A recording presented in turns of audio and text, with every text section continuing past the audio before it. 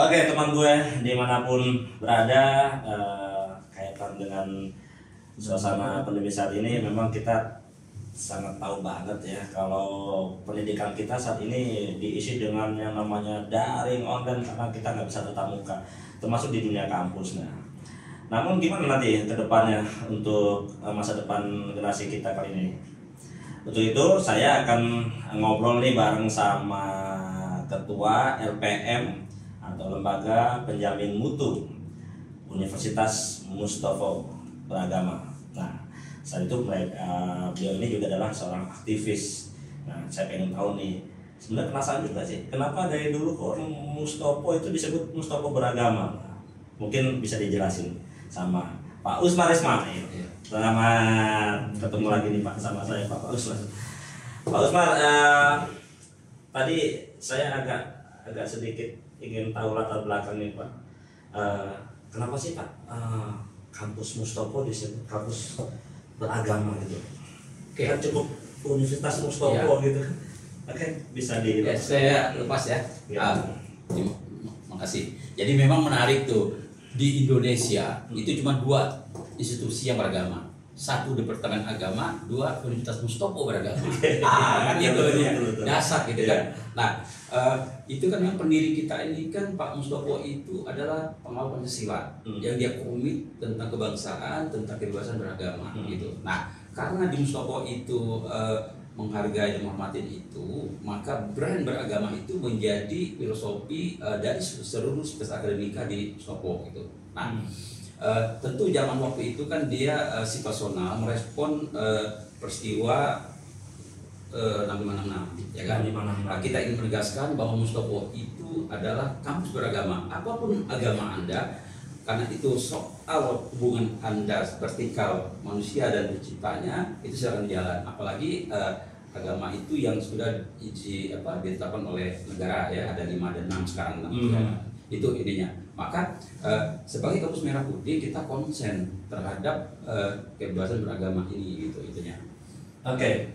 Ya itu kaitan sama tadi saya menyimak Bapak menyebutkan kampus Merah Putih ini. Ya. Ini mungkin ada kaitannya sama reformasi 98 itu Pak? Enggak. Jadi jauh sebelumnya Pak Mustopo itu mencanangkan kampus Mustopo itu kampus Merah Putih. Oke, siap. Jadi basic gerakan dan perjuangan kita itu ada Sumpah Pemuda, ya kan. Terus luas lapangan berekspresi NKRI. Di bawah yang kita dukung itu Merah Putih. Nah itu komitmen kebangsaan kita jelas. Maka disebut Merah Putih karena komitmen kampus kita kampus nasionalisme, kampus kebangsaan itu intinya. Iya. Ya tapi mungkin tadi background Bapak tadi yang aktivis itu bisa ada kaitannya dengan kegiatan-kegiatan di era reformasi dulu itu Pak. Kampus Mustopo sendiri dalam hal ini mungkin ikut berperan dalam reformasi di 98 itu Pak. Betul. Anda bisa cek ya dalam keseluruh aktivis 98 yang ada, siapapun yang dia pasti kenal kita karena di Jakarta itu dulu ada 2 organ besar yang namanya pertama Forum Komunikasi Mahasiswa Jakarta (FKSMJ) dan Forum Kota. Nah itu, tapi dua-duanya itu sebenarnya berdiri berbarengan.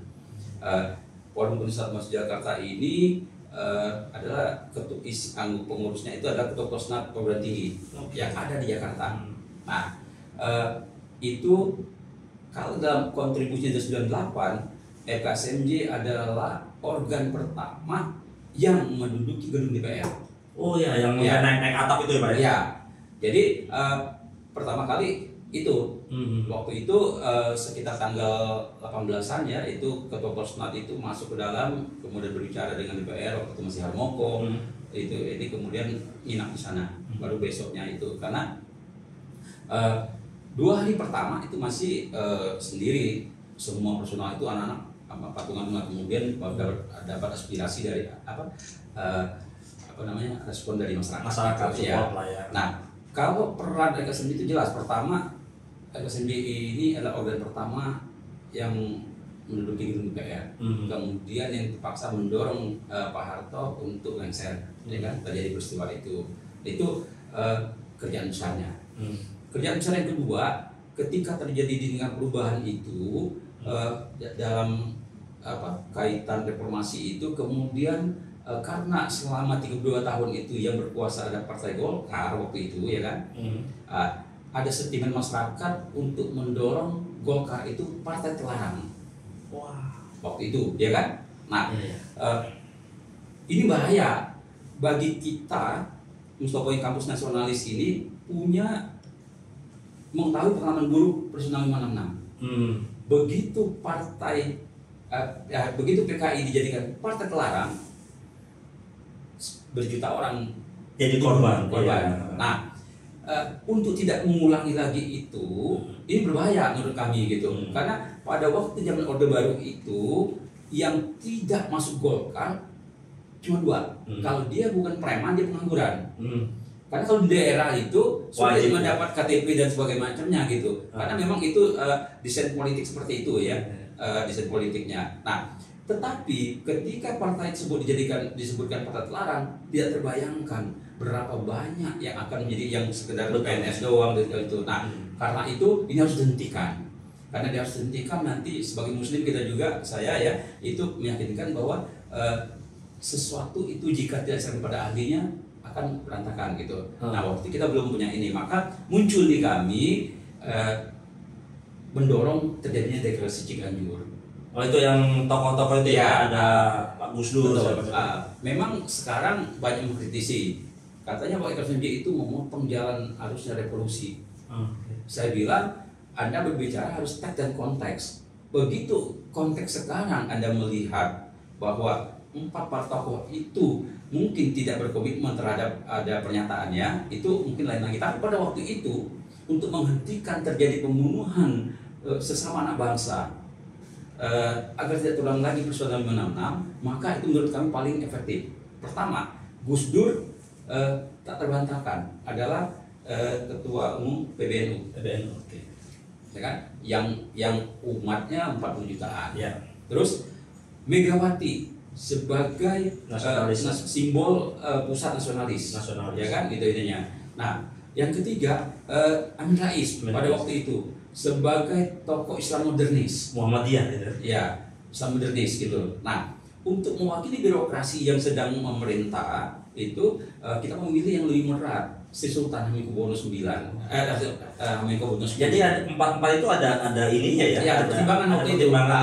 Nah, ada pertimbangan itu, kemudian kita mendorong itu. Nah, terus kita men-setting ini, kemudian bagi tugas. Ada yang ke rumah Mbak Mega, ada yang ke rumah Gus Dur, ada yang menemuin Amin Rais, ada yang menemuin Sri Sultan di Jogja. Nah, akhirnya itu sebenarnya peristiwanya itu 2 hari, itu bisa 3 hari berlebihan tuh anak-anak nginap di depan Mbak Mega, di rumah Gus Dur itu untuk menyatukan. Itu nggak segampang yang berita itu muncul. Nah, tapi alhamdulillah kemudian waktu itu Gus Dur juga lagi nggak sehat, akhirnya disepakati deklarasinya di rumah Gus Dur gitu. Nah, kapan nanti saya bisa tunjukin pernyataan 4 tokoh itu. Pernyataan tantangan dia, jika kelak kami jadi pimpin nasional, kami akan jadi bla bla bla gitu. Ada pernyataan itu. Nah, jadi pada konteks itu pada konteks itu kita punya alasan jelas kenapa 4 tokoh ini, karena dia mewakili jutaan masyarakat, umat gitu ya, audiensnya gitu. Tapi kalau menarik dalam konteks, menilai dalam konteks sekarang, ya nggak relevan dong, karena teks itu kalau kita mau sesuatu harus sesuai teks dan konteks pada zamannya. Iya, gitu ininya. Ya, jadi pada saat deklarasi Ciganjur itu emang dipilihlah tokoh-tokoh itu hanya untuk mewakili mainstream yang ada di Indonesia pada saat itu. Sampai sejauh itu pemikiran mahasiswa. Iya, karena kita brainstorming juga kan, ada juga macam-macam itu kan ininya. Karena pokoknya ini satu, jangan lagi mengulangi pembunuhan terjadi perang saudara, pembunuhan sesama anak bangsa pasca peristiwa 566 terjadi lagi gitu. Karena tidak semua orang yang terafiliasi dengan Golkar ada untuk dia kan. Ya, tapi waktu itu situasinya memang harus itu gitu. Tetapi mereka tidak menjadi korban ya itu kan ada sanak saudara, teman, sahabat kita, itu akan saling itu. Nah itu untuk mencegah itu, ya kita akan mundur lagi gitu. Maka negara kita akan mundur berapa tahun lagi, maka itu harus dihentikan. Nah, kemudian gimana solusinya? Gak ada jalan lain kecuali karena kita kan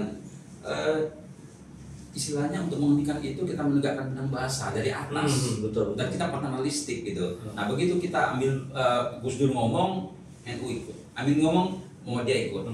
Mbak Mega ngomong, kalau kelompok nasionalis ikut.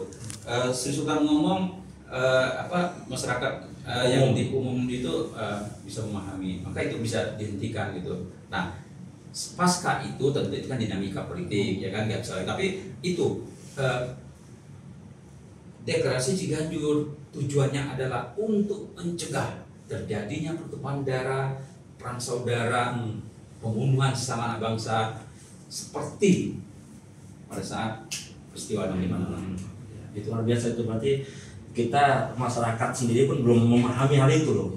Ya, dulu waktu zaman pas saat saya kan juga ikut AC ya Pak, karena mahasiswa angkatan tahun pertama saya ini kan.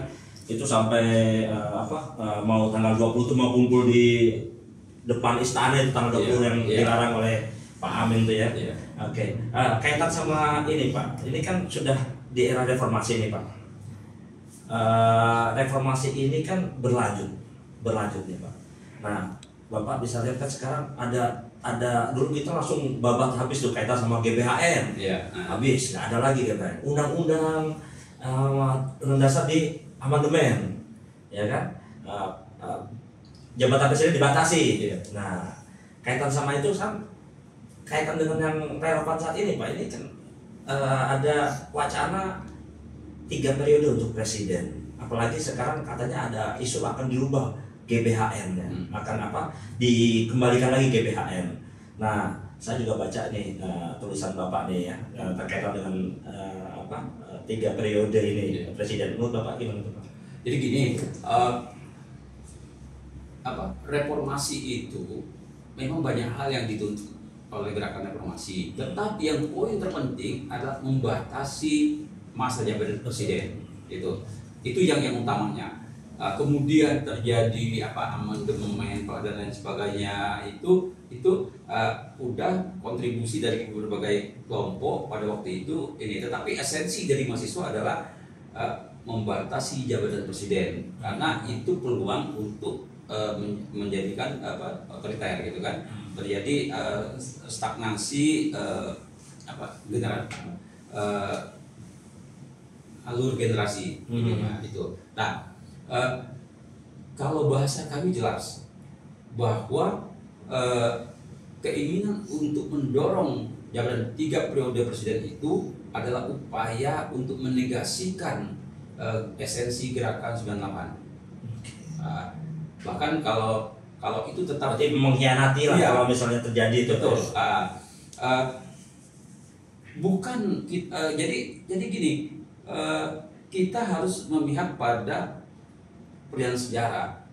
Reformasi itu adalah untuk membatasi presiden. Waktu itu kita berada pada posisi pejuang untuk menghentikan jabatan presiden yang dapat berlangsung sampai berapa periode gitu nantinya. Nah, jangan sampai ketika ada pada tampuk kekuasaan justru ingin melakukan yang sama. Berarti kan bukan komitmen pada bangsa dan negara, tapi ketika kita punya peluang untuk berkuasa, kita melakukan yang sama seperti yang kita tolak itu gitu. Itu nggak ini. Nah, kan kabar gembiranya Presiden Jokowi kan juga menolak itu kan, menolak wacana 3 presiden itu. Memang 2 presiden cukup sirkulasinya aja. Nah, tinggal disepakati memang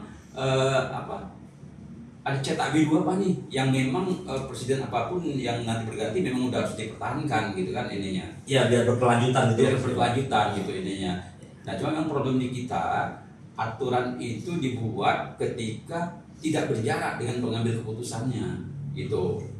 Jadi misalnya dibuatlah peraturan akan berlaku 2 periode lagi gitu. Berarti kan yang merancang ini kan dia tadi tidak ikut-ikutan lagi. Betul. Tapi kalau dia membuat aturan itu yang akan digunakan ke depan, ya pasti vested interestnya ikut gitu loh. Apa nih yang harus di ini gitu.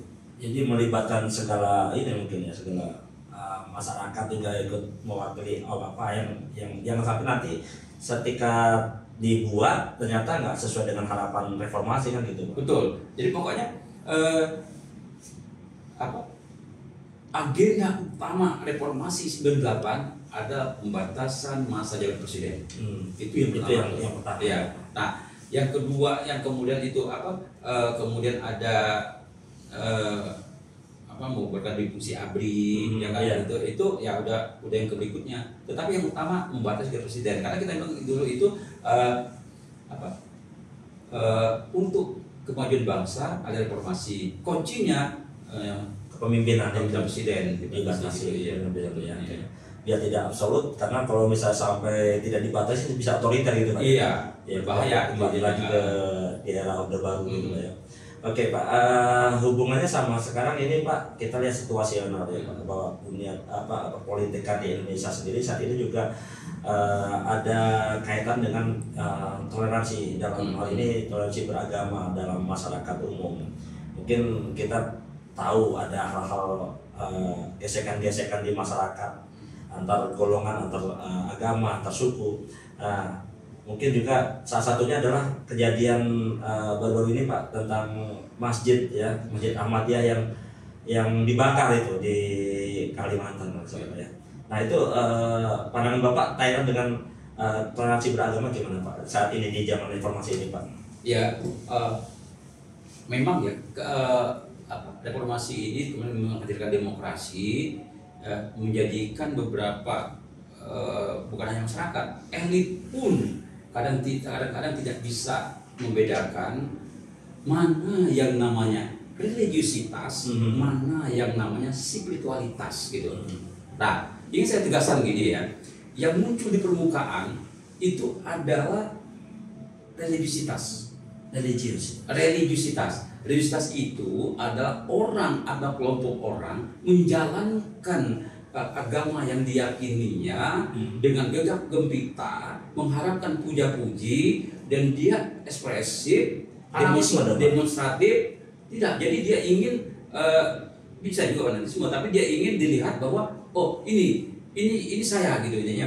Jadi dia kalau religiusitas itu orang mengekspresikan keagamaannya yang diyakininya tidak semata-mata karena penciptanya, tapi lebih kepada ingin mendapat apresiasi, puja-puji dari komunitas dan atau masyarakatnya. Nah, karena seperti itu, maka akan terjadi monopoli makna kebenaran. Nah, ketika dia memonopoli makna kebenaran, di luar dia salah. Ya. Nah, ketika di luar salah itu, sehingga dia merasa ya udah di luar dia itu berarti dia berhak mewakili Tuhan, mewakili siapa untuk ikut menghentikan itu. Nah, padahal itu keliru gitu. Nah, yang betul dalam menjalankan agama itu kita masuk pada tahapan spiritualitas. Spiritualitas itu kita menjalankan ibadah dan agama keyakinan kita dengan sepenuh hati, semata-mata mengharapkan keridhaan Sang Pencipta. Gitu intinya. Jadi kita tidak bisa mewakili malaikat atau mewakili Tuhan untuk mengatakan ini benar, ini salah, tidak gitu ini ya. Nah itu spiritualitas gitu.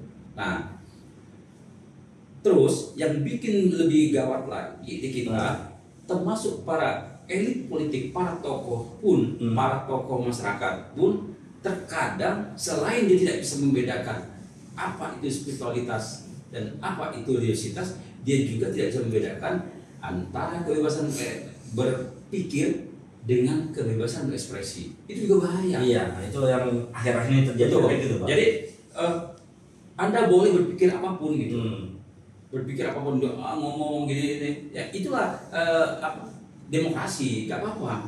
Itu namanya kebebasan berpikir. Jadi Anda mau berpikir kayak apapun, misalnya Anda agama Anda A, oh iya kau seluruh Indonesia jadi A gitu. Anda berpikir ini asik juga tuh gitu. Atau misalnya berpikir lagi nih, semua orang bisa bisa jadi kaya semua atau apa semua gitu kan. Jadi semua orang itu apa dibagi rata semua pihak negara, sepanjang itu kebebasan berpikir itu boleh aja gitu. Tetapi ketika dia sudah masuk kebebasan berekspresi, nah di situ ada norma, ada hukum, ada hak orang, ada tanggung jawab. Itu.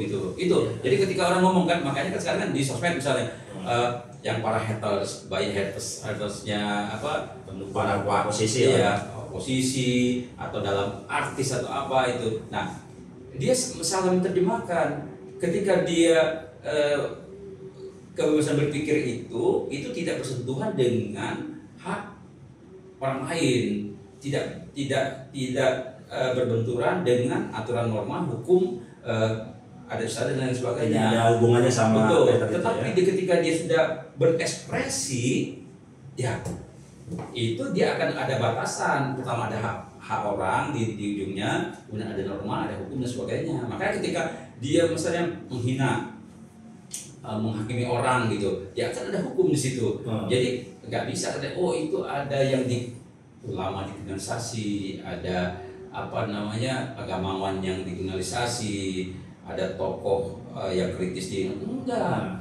Ketika dia berekspresi itu ada aturan hukum, ada koridornya yang dipilihnya. Nah, sepanjang dia kebebasan berpikir boleh aja. Nah, itu yang bikin runyam lagi ketika para elit, para tokoh yang menjadi panutan masyarakat kita terkadang lupa untuk membedakan mana kebebasan berpikir, mana kebebasan berekspresi. Itu ini. Cuma memang secara tidak langsung atau langsung perkembangan zaman di kaitan dengan teknologi 4.0 media sosial ini memang pengaruh sekali Pak ya, kaitan sama toleransi ini Pak ya, karena banyak sekali itu ujaran-ujaran yang di medsos saling ya seperti yang tadi Bapak bilang antara pikiran dan ekspresi kan kayaknya jadi satu nggak ada ininya. Oh ini hak lo berekspresi ya lupa beda berarti hak berpikir. Iya. Seru banget ceritanya Pak Usmar ya, kaitan sama toleransi beragamanya tuh memang kita nggak bisa harus bisa membedakan antara ekspresi dan pemikiran di dalam pikiran kita. Kebebasan berpikir, kebebasan berekspresi. Ya memang nggak mudah itu, tapi ya paling nggak temen gue harus tahu itu kaitan sama hal itu. Jadi jangan mudah terprovokasi gitu kan, intinya kayak gitu. Oke Pak, kaitan sama ini Pak, perkembangan generasi tadi kan saya sempat menyampaikan bahwa dunia pendidikan kita ini kan berubah nih Pak, karena pandemi nih ya semua serba daring, serba online. Nah saya nggak habis pikir Pak, ini karena kualitas pendidikan kita nanti gimana generasi kita nih berkaitan dengan industri 4.0, apalagi sekarang mau ke 5.0 ya Pak ya. Jadi waduh ini agak, menurut Pak Usman itu gimana Pak untuk generasi muda kita Pak kita? Jadi ini sebenarnya negara kita ini beruntung. Sekarang ini terhitung 2015 sampai 2035 kita mendapat yang namanya bonus demografi. Mendengar kan bonus demografi? Paling banyak banget. Bonus demografi itu dalam sejarah kehidupan semua bangsa hanya sekali dilaluinya. Nah, kita punya momentum ini 2015 sampai 2035. Jika kita gagal dalam 20 tahun ini manage ini, kita rugi. Karena cuma Jepang udah pernah ya, kita lewatin ini. Nah, apa sih bonus demografi itu? Bonus demografi itu adalah ya jumlah generasi muda yang produktif jauh di atas masyarakat yang non produktif ya. Secara data gini, tahun 2020 penduduk Indonesia itu kurang lebih 220 juta. Oke. Ya kan 220 juta nih. Nah, hampir 71%, dia 70, berapa? 71% kita buat. 71% itu adalah generasi yang usia produktif 14 sampai 65. Oh 65 tuh masuk pas sampai 64. 64 ya. Ya, Pensiun ya Pak ya. 14 sampai 64 itu masuk produktif. Kita ada 71%. Oke. Nah, sedangkan 29%-nya itu yang non produktif dari 0 sampai 14 tahun, kemudian 65 ke atas. Oke. Itu 29%. Nah, rasionya kurang lebih 0,4 sampai 0,5. Artinya gini, 100 orang masyarakat Indonesia yang produktif akan menanggung 40 sampai 50 yang nggak produktif. Kan dasar itu jadinya. Lebih besar yang produktif itu. Nah, ini harus bisa di manage gitu. Kalau kita di generasi muda ini, cuma kan kita harus paham juga klasifikasi generasi itu kan ada yang disebut orang baby boomers, ya kan? Baby boomer itu adalah generasi yang lahir tahun 45 sampai 60. Tuh. Generasi di bawah dia ada namanya generasi X. X itu 60 sampai 80, ya kan? Nah, di bawah itu ada generasi Y. Nah, generasi Y itu generasi lahir antara tahun 80 sampai tahun 2000 ya. Nah, kemudian generasi Z. Z itu ya antara ya 95 sampai 2010. Oke. Nah, di bawah generasi Z nanti 2011 ke atas ada generasi Alpha. Nah, setiap generasi ini punya tantangan dan jawaban yang berbeda gitu. Generasi X dan Y, generasi Y dan Z itu disebut milenial. Disebut milenial itu kan sebenarnya kan per 1000 tahun. Oke. Momentumnya. Nah, terhitung tahun 2000 itu kita disebut milenial yang pertama, gitu kan. Nah, milenial yang pertama itu generasi Y, kemudian yang sekarang Z. Ini generasi yang tentu berbeda. Mereka pertama get kebutuhan, multitasking, cepat bosan, ya kan? Terus apalagi ininya? Itu karena pengaruh ya Pak? Iya, eksistensialis. Eksistensialis itu bahasa filsafat ya, tapi bahasa seharinya suka selfie gitu kan.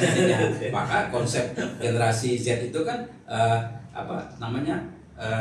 Search dan share gitu kan. Pak, penyebutan generasi ini nih Pak, dari yang Z, X, Z dan lain sebagainya ini yang mencirikan itu apa Pak? Masing-masing kok yang membedakan antara generasi X, Y, Z itu?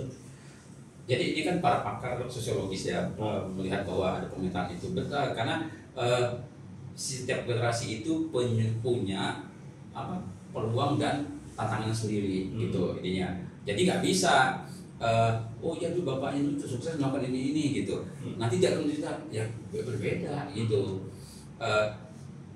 Bahasa sederhananya gini, suatu saat Anda akan bekerja pada sebuah industri yang belum pernah terbayangkan. Coba gitu nih. Contoh, dulu kalau kita buka kantin, kita baru bisa aktif itu jam makan siang, atau orang mau sore dan mau pulang. Nah, sekarang enggak. Orang bisa order kapanpun karena ada GoFood dan GoSend, ya kan?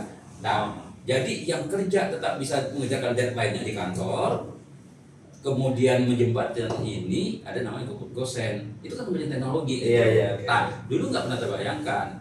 Nah, jika generasi tidak melakukan penyesuaian diri, dia akan tergilas. Nggak usah jauh-jauh. Mungkin ada pendengar kan, generasi kita tahu lah bahwa ada nama telepon Nokia ya. Ya, zaman dulu Nokia. Iya, dulu kan dia luar biasa menguasai apa pasaran telepon. Nah, bahkan di Indonesia itu ada nama telepon 1 juta umat, semua orang punya. Punya gitu. semua. Nah, 2011 muncul anak muda yang menggagas Android, ya kan? Ditawarkan ke Nokia karena Nokia udah besar, ini kan ini. Nah, kemudian dia ambil Samsung, ya kan gitu. Nah, kemudian apa yang terjadi? Bubar Nokia Terus ya. Iya, bubar Nokia. Jadi ketika kita tidak bisa merespon perkembangan kemajuan zaman teknologi, kita akan tenggelam. Coba bayangkan sekaliber raksasa yang kekayaannya miliaran dolar, yang ada seluruh dunia hanya karena tidak mau merespon kemajuan teknologi namanya Android, bubar. Gimana kita yang cuma user penggunaan doang gitu ya. Artinya kita harus mengikuti perkembangan zaman. Iya. Kaitan sama apa namanya kegiatan pendidikan yang saat ini online daring, itu juga akan mempengaruhi kualitas juga kan Pak. Betul. Secara nggak langsung bahwa ketika bertemu dengannya, tapi kan kaitan sama pandemi ini kan agak merepotkan kalau misalnya kita tetap memaksakan diri untuk temu langsung. Tapi menurut Bapak itu sendiri kita sudah dilatih sebenarnya kan Pak, sudah dilatih bahwa saat ini kita sudah menggunakan perkembangan zamannya sesuai dengan perkembangan zaman. Itu gimana tuh Pak? Saya minum dulu ya. Oke siap. Oke siap. Karena ini enak nih kayaknya. Oke iya. Kopi gue Pak. Mantap. Jadi gini. Tadi apa? Saya katakan setiap kelas itu punya tanggung jawab sendiri ya. Dan gimana soal apa kita yang daring ini? Ya. Sebetulnya dalam ilmu manajemen itu dalam organisasi sudah ada konsepsi itu yang namanya telecommuting, yang sekarang disebut work from home, ya kan dulu ini. Nah 2018-19 itu Bappenas sebetulnya sudah merancang akan uji coba dulu ke 1000 PNS Bappenas untuk bekerja di rumahnya. Kenapa? Pertama karena kemajuan zaman pertama adalah tingkat kemacetan, ya kan, kemudian jarak, kemudian mahalnya infrastruktur itu. Jadi bisa mengefisiensikan iya, keuangan juga. Karena itu muncul konsep baru namanya telecommuting. Kalau di Amerika udah lama. Nah, cuma telecommuting mensyaratkan ada teknologi yang canggih karena orang bisa bekerja dimanapun sepanjang ada teknologi ya itu idenya. Nah, tiba-tiba kita terjadi pandemi COVID yang tadinya hanya mau dicoba ke 1000 PNS dipercepat. Akhirnya udah dipaksakan kita learning by doing, akhirnya udah masyarakat nggak berproses lagi, akhirnya langsung dipraktekkan langsung. Ya, nah, itu dia tuh. betul. Nah memang tapi tadi ini untuk generasi saya lah ya, generasi X ini kita memang tertarik tadi karena kita kalau istilah bola itu naturalisasi. Jadi kalau generasi Z dan nanti ada generasi Alpha, mereka memang betul generasi digital. Betul lahir udah ada internet, smartphone dan macamnya. Kita kan enggak. Karena kita ini naturalisasi digital, artinya kita menyesuaikan diri dengan teknologi, belajar habis-habisan dulu mana ininya. Nah itu. Terus tadi gimana soal apa? Generasi yang daring ini memang secara sosiologis itu problemnya akan muncul di anak SD ya, anak SD di awal ya, anak SMP karena dia masih eranya bermain gitu kan, dia hubungan sosialisasinya ke sesama teman kurang, kemudian dia akan menjadi individual gitu artinya betul itunya. Tapi kalau udah untuk yang mahasiswa itu mungkin sosialisasinya ke temannya aja ini, tapi kalau tantangannya memang sudah teknologi. Nah, misalnya kita tahu sekarang ini kita masuk dalam revolusi industri 4.0. Revolusi industri 4.0 itu ada karakternya ada 3, inovasi, terus transfer informasi itu. Nah, kenapa dia ini inovasi itu? Jadi setiap bagian kehidupan ini harus dicari kemudahan-kemudahannya. Nah, kemudahan itu memang perlu inovasi gitu ininya. Nah, kemudian ada teknologi ya ininya untuk memudahkan orang bekerja sehingga jangan salahkan. Tapi banyak disalahgunain tuh Pak. Oh iya, banyak disalahgunain tuh Pak. Kalau WFA malah pergi Pak. Itu dia, perkembangan zaman ada plus minusnya juga Pak ya. Betul, karena tapi kan gini, kita tidak bisa menolak kebanyakan teknologi. Tadi saya contohkan aja ya kan, Nokia ya kan, BlackBerry $9 hanya satu dia tidak merespon kemajuan zaman namanya Android, hilang. Dimana kita cuma user, itunya ya. Nah itu kita tetap harus mengadop itu. Nah, karena memang untuk 4.0 ini ya mencoba mengurangi peran manusia itu mulai terasa gitu. Kalau dulu Anda lihat bank itu berlomba-lomba membuat cabang. Semakin banyak cabangnya, semakin orang mau, gitu kan? Iya. Nah, sekarang berlomba-lomba menutup cabang. Kenapa? Karena ada teknologi namanya fintech, ya. Fintech itu memudahkan orang mau ngambil uang dimanapun, bisa di apa, di dimanapun gitu intinya, bisa GoPay segala macam. Sehingga nanti suatu saat bank itu tinggal tenaga-tenaga intinya doang. Bukannya nanti malah lebih mengurangi orang-orang produktif itu? Nah itu, jadi kan gini, Mengurus tenaga kerja. betul. Jadi PBB pernah melakukan riset untuk merespon kemajuan teknologi ini terhadap perkembangan masyarakat, tapi tidak sebelum pandemi ya. Nah, mereka mengatakan sampai tahun 2050 akan ada 2 miliar pekerjaan hilang. Oh, Pak, 2 miliar. 2 miliar pekerjaan hilang. Jadi yang macam-macam tuh ini ya kan nggak usah jauh-jauh kan, dulu ada potong lilin hilang ya kan, dulu ada apa CD hilang ya kan, macam-macam itu. Sekarang siapapun bisa jadi apa penyanyi segala macam ya kan. Nah, ada 2 miliar tidak hilang, itu kabar buruknya. Kabar baiknya, tapi ada 40% generasi yang mampu beradaptasi menyesuaikan itu gitu. Artinya hanya 800 juta, 1,2 miliarnya tenggelam. Nah, kita punya generasi atau mahasiswa atau kader kita atau siapa adik kita, ponakan kita ini gimana? Apakah kita akan dorong mereka bagian dari 40% tadi mampu merespon perubahan zaman, beradaptasi dengan kemajuan teknologi itu, atau ikut tenggelam yang 1,2 miliar itu? Iya. Itu nggak bisa di apa terbantahkan gitu. Karena terus kan tadi perilaku generasi X saya sama generasi Z ya kan, ini itu berbeda. Dulu kalau ke generasi saya kalau kerja naik gaji 10%, happy banget. Kalau generasi sekarang enggak. Jadi dia kalau motivasi dia itu dia karena terbaik dikasih tiket misalnya. Kalau singkat pandemi ke Pattaya 2 minggu, kayak 2 minggu udah, nanti dia di foto sama dia, thank you my office gitu kan, upload gitu kan ininya. Nah ini 2 minggu dari situ. Terus perusahaan dari mana ngambil duitnya? Itu diambil dari biaya iklan, didorong pertama bisa memotivasi generasi Z ini untuk, karena generasi Z itu dia tidak tertarik untuk menginvestasi harta, dia lebih investasi pengalaman dan menghubungi destinasi gitu intinya kan. Itu tipikalnya.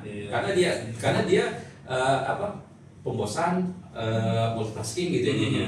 Nah, nanti dia terus gimana perusahaannya? Nah, begitu dia ini kan dia punya follower segala macam tuh, baik di FB, Twitter, ya kan, Instagramnya segala macam itu. Nah, nanti dia TikTok, dia wajib itu situnya. Nah, dengan dia begitu nanti teman-temannya yang ini baca, enak ya di kantormu gitu. Itu sudah mengiklankan itu. Jadi berubah caranya gitu ininya. Berubah caranya. Terus gimana lagi untuk itu? Nah, nanti begitu misalnya udah 2-3 orang dikirim ke Pattaya, nah destinasi itu perusahaan bisa bekerja sama lagi, di situ dapat diskon potongan lagi. Gitu. Nah, untuk menghadapi jadi pola menghadap perilaku generasi Z pun udah berubah gitu. Ya luar biasa banget ya ternyata. Di zaman sekarang ini malah makin mempermudah, ada plus minus ya, mempermudah juga, akhirnya juga kalau kita nggak bisa survive bisa tergerus. Makanya mungkin dengan peningkatan, jadi nggak ada salahnya kalau anak-anak sekarang itu banyakkan main HP atau gimana Pak? Pak, kalau misalnya kan kualitasnya dari HP itu Pak, ya kan, kita orang tua kadang-kadang jangan main HP terus, ternyata dari HP itu mereka itu malah menghasilkan gitu. Iya. Itu gimana tuh Pak? Ya, memang dilemanya gitu. Dilemanya gitu. Jadi tadi saya katakan, suatu saat adik-adik kita, anak-anak kita akan bekerja pada sebuah industri yang belum pernah terbayangkan. Nah, kalau misalnya kayak zaman dulu kan jadi dokter, ya udah boleh dokter. Jadi enggak, jadi wartawan. Sebuah industri belum terbayangkan gimana? Belum terbayangkan loh. Terus apa media untuk anak ini menyiapkan diri berdialog pada peluang yang belum terbayangkan itu? Cuma 2, 1 IT, 2 bahasa. Itu berarti prospek masa depan. Ya, Dan dengan dia menguasai agent bahasa, dia bisa menjawab apapun pada saat itu gitu ininya. Pada era yang kita belum tahu nih apa 22 nanti itu ininya 21 itu. Itulah ininya yang dia bisa lakukan sehingga anak-anak diajarkan untuk diatur waktunya ya betul. Kalau anak kecil kan soal mata ya kan. Tetapi pembatasan itu diajak berdialog dengan bijak. Bahwa itu instrumen generasinya dia gitu. Kalau nggak dia tertinggal. Nah cuman diajar bijak ya kan. Namanya juga smartphone. Nah kalau dia sendiri nggak smart kan, iya berarti ini gitu ininya. Betul. Nah perlu dijelaskan juga kalau zaman generasi kita, saya lah katakanlah kalau untuk kerja kan harus mengurus laporan baik, ya kan, SKCK dari polisian. Kalau generasi sekarang enggak, Anda lulus semua tes, TOEFL segala macamnya, hanya itu baik negeri PNS maupun swasta ini, yang ditrace apa? Sosmed Anda. Mempengaruhi ya? Oh, ditrace semua tuh dari FB-nya. Makanya sering sosial, kalau Anda bikin form itu suruh ngisi sosial media Anda miliki. Itu buat dites gitu. Jadi misalnya Anda ikut tes manajer keuangan, misalnya gitu kan. Nah, secara teknis oke semua, karena ini jago semua. Terakhir dicek itunya, sosmednya. Ternyata Anda itu orang yang menyimpan rahasia, apa-apa dikit ini diungkapin, aku sebel banget tuh ini gitu. Bahaya deh. Ini berbahaya buat perusahaan. Jadi dia bisa gagal di sosmednya, bukan lagi di kemampuan teknisnya. Maka itu kita mengajarkan pada adik dan anak kita sosmed adalah track record sosial Anda yang tidak bisa dihapus gitu. Karena itu ada bijak lah pada itu ininya. Oke Pak, nih terakhir Pak, yang saya ingin tanyakan terakhir adalah pesan nih untuk generasi Z ya, biar tetap survive, tetap bisa mengikuti perkembangan zaman. Apa nih tips-tips dari Pak Usman? Ya, jadi tadi saya katakan ya bahwa setiap generasi punya tantangan yang berbeda. Nah, tinggal Anda memilih, Anda mau jadi penonton atau pemain ya kan, itu intinya. Nah karena itu tadi saya katakan, karena Anda akan bekerja pada sebuah industri terbayangkan, cuma dua instrumennya, kuasai IT dan bahasa. Nah generasi Anda itu ya menghadapi sebuah negara sekarang ini, problem ngurus generasi itu ada 4 tantangan. Pertama ada namanya brain drain.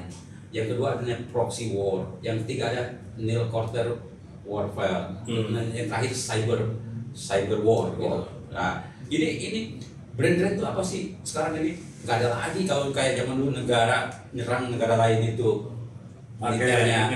Sekarang itu brain drain itu melemahkan sebuah negara dengan mengambil SDM berkualitas.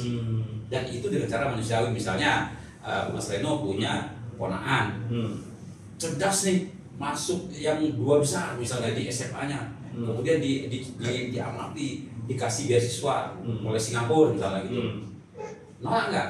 Bangga kan gitu ya. Nah, bangga. Oh ini ada di Amerika. Nah, di mana seperti itu, dia ambil terbaik, disekolahkan, dibiayakan semua. Kemudian itu dia bekerja di perusahaan itu, kemudian setelah dia udah oke, dia berarti kan dia tahu visual filosofi perusahaan, dia mengenai perusahaan ini, kemudian dikembalikan ke negaranya dan menguasai area, tapi sejatinya dia bekerja di situ gitu.